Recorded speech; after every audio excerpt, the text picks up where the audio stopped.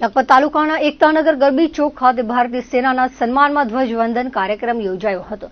કચ્છ જિલ્લા કોંગ્રેસ સેવાદળ દ્વારા કાર્યક્રમનું આયોજન કરવામાં આવ્યું હતું, જેમાં એકતાનગર વેપારી એસોસિએશનના પ્રમુખ શક્તિસિંહ ઝાલાના હસ્તે ધ્વજવંદન કરાયું હતું। આ પ્રસંગે આગેવાનો, કાર્યકરો, હિન્દુ યુવા સંગઠન, લખપત તાલુકાના હોદ્દેદારો, વેપારી મંડળો તેમજ મોટી સંખ્યામાં ગ્રામજનો ઉપસ્થિત રહ્યા હતા। આ પ્રસંગે વેપારી મંડળ પ્રમુખ શક્તિસિંહ ઝાલાએ જણાવ્યું હતું કે એકતાનગર ગરબી ચોક ખાતે પહેલી વખત ધ્વજવંદન કરવામાં આવ્યું છે। આ ધ્વજવંદન કાર્યક્રમ બદલ કચ્છ જિલ્લા કોંગ્રેસ સેવાદળને ખૂબ ખૂબ અભિનંદન પાઠવ્યા હતા।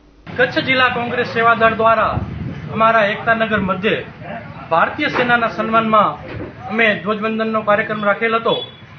દર મહિનાની છેલ્લી તારીખના અમારું સેવાદળ કોંગ્રેસ કચ્છના જુદા જુદા વિસ્તારોમાં જઈ અને ધ્વજવંદનનો કાર્યક્રમ કરે છે ભારતીય સેનાના સન્માનમાં, જેના ઉપલક્ષમાં આજે એકતાનગર મધ્યે અમે આ કાર્યક્રમ કર્યો, જેમાં અમારા મહિલા અધ્યક્ષ શ્રી હંસાબેન ચાવડા, અમારા લખપત તાલુકાના સેવાદળના અધ્યક્ષ શ્રી જીગરભાઈ જોશી, ભુજ તાલુકાના અમારા શ્રી રોબિનભાઈ શાહ, કુકમાના શ્રી મીનાબેન પીએમભાઈ, અમારા સ્થાનિક આગેવાન સામાજિક ન્યાય સમિતિના શ્રી લીલાબેન મહેશ્વરી, અમારા માયારામગીરી બાપુ અને શક્તિસિંહભાઈ, આ તમામ લોકો આ પ્રસંગે પધારી અને અમારા કાર્યક્રમને ગૌરવવંતો બનાવ્યો।